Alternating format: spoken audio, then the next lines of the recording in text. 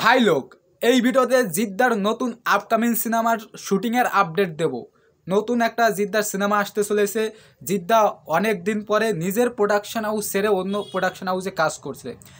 যে নতুন প্রোডাকশন হাউসের সঙ্গে কাজ করছে সেই নতুন প্রোডাকশন হাউসটার নাম হচ্ছে বেঙ্গল টকিজ। বর্তমানে যারা ট্রেন্ডিংয়ে চলছে একটা সাকসেসফুল প্রোডাকশন হাউস।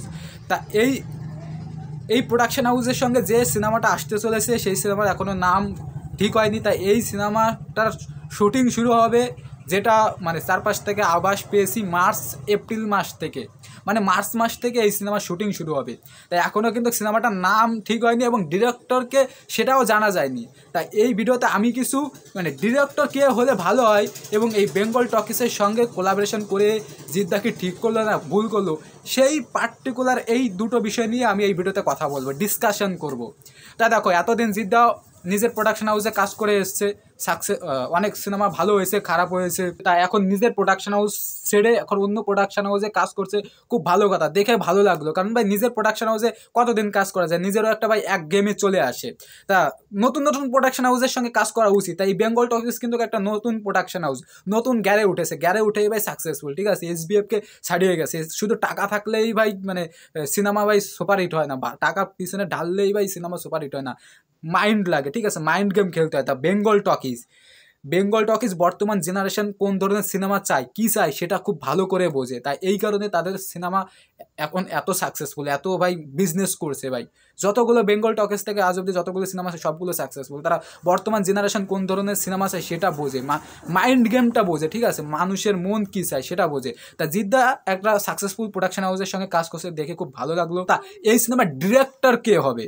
তা বেঙ্গল টকিজ সম্পর্কে আরেকটু বিস্তারিত তোমাদেরকে বলি, তাহলে বুঝতে সুবিধা হবে। তা বেঙ্গল টকিজের কর্ণধার হচ্ছে অভিজিৎ সেন। ঠিক আছে, তারা আজ অবধি যতগুলো সিনেমা করে গেছে, এই বেঙ্গল টকিজ থেকে যতগুলো সিনেমা এসেছে ফ্যামিলি ওরিয়েন্টেড সিনেমা, ফ্যামিলিদের টার্গেট করা হয়েছে। এর আগে আমরা টনিক দেখেছি, প্রজাপতি দেখেছি, রিসেন্ট টাইমে দেবদা কী সিনেমা এসছে, প্রধান দেখেছি। টনিক তো ভাই একদম প্রিয় সিরিয়াল। তারপরে প্রজাপতিটা ভালো লেগেছে, রিসেন্ট টাইম প্রধান তার থেকে আরও বেশি ভালো লেগেছে। তা ফ্যামিলিদের টার্গেট করে এরা সিনেমা তৈরি করে। এই যে শেষ যে সিনেমাটা এসেছে সেটা কিন্তু ভাই আমরা পুরোপুরি ফ্যামিলি ড্রামা বলতে পারবো না, পুরোপুরি সিরিয়াল বলতে পারবো না। তারা প্রথম যে লোকের কাছে যেভাবে রোস্ট হয়েছে, যে সিরিয়াল করে তারা পরে তাদের চিন্তাধারাটা চেঞ্জ করেছে।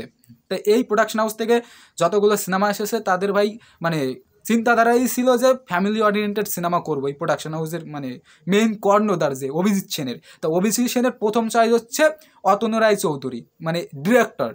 অতনু রায় চৌধুরীর সঙ্গেই কিন্তু কোলাবোরেশন করে ডিরেকশানে কিন্তু এই সিনেমা যে যতগুলো সিনেমা সাকসেসফুল হয়েছে অতনু রায় চৌধুরীর ডিরেকশানেই কিন্তু সাকসেসফুল হয়েছে। তা এখন কথা হচ্ছে জিদ্দাও কি এই অতনু রায় চৌধুরীর সঙ্গে কোলাবোরেশন করবে? তা অনেকের কোশ্চেন আছে যে তাহলে জিদ্দাও কি একটা সিরিয়ালের সঙ্গে যুক্ত হবে? তা আমার কথা হচ্ছে অভিজিৎ সেনের অতনু রায় এবং অভিজিৎ সেনের আগের সিনেমাগুলো কিন্তু সিরিয়াল ছিল, বর্তমানে কিন্তু তারা অনেক চেঞ্জ করে গেছে। তোমরা প্রধানকে সিরিয়াল বলতে পারবে না, প্রধান কিন্তু বর্তমান জেনারেশন। তোমরা মাস ফিল্মও মাস ব্যাপারটাও পাবে, ফিলিংসও পাবে, তার মধ্যে ফ্যামিলির ও ফিলিংসটাও পাবে, যে ফ্যামিলির দিকটাও দেখানো হয়েছে, অপরদিকে অ্যাকশনও দেখানো হয়েছে। তা আমার মতে অতনু রায় চৌধুরী ডিরেক্টর হিসেবে ঠিকঠাক আছে। এখন দেখা যাক জিদ্দাকে অতনু রায় চৌধুরী কীভাবে প্রেজেন্ট করে, কারণ দেব আলাদা, জিৎ আলাদা। জিদ্দার পার্সোনালিটি আলাদা, দেবদার পার্সোনালিটি আলাদা। দেখা যাক অতনু রায় চৌধুরী জিদ্দাকে কীভাবে এই সিনেমায় প্রেজেন্ট করে। আর সবথেকে বড় কথা আছে, এখনও অতনু রায় চৌধুরী যে ডিরেক্টর থাকবে এখনও কিন্তু ঠিক হয়নি, কিন্তু প্রডিউসার অভিজিৎ সেন এবং বেঙ্গল টকিজ এটা ভাই তোমরা কনফার্ম ধরে নিতে পারো। এবং মার্চ থেকে সিনেমার শুটিং শুরু হচ্ছে এটাও ঠিক, বাট ডিরেক্টরের নাম এখনও সামনে আসেনি এবং সিনেমাটার নাম এখনও সামনে আসেনি। এখন দেখা যাক ডিরেক্টর কী হয়। কিন্তু আমার মতে অতনু রায় চৌধুরী ঠিকঠাক আছে, যেহেতু সে এতদিন সুপারহিট সিনেমা করে গেছে, তার একটা সুপারহিটের ধারা বয়ে যাচ্ছে, গন্ধ বয়ে যাচ্ছে। ঠিক আছে, তা দেখা যাক শেষ অবধি কী হয়। তা এই যে কোলাবোরেশন করতে চলেছে জিদ্দা বেঙ্গল টকিজের সঙ্গে এতদিন পরে, তোমাদের এই বিষয়টা নিয়ে কী মতামত এবং জিদ্দার কোন ধরনের সিনেমা করা উচিত বেঙ্গল টকিজের সঙ্গে কোলাবোরেশনের পরে প্লিজ কমেন্টে জানিও। আর জিদ্দার তো বুমেরাং 2024 আসছে, সেটা নিয়ে তো মারাত্মক এক্সাইটেড, মারাত্মক।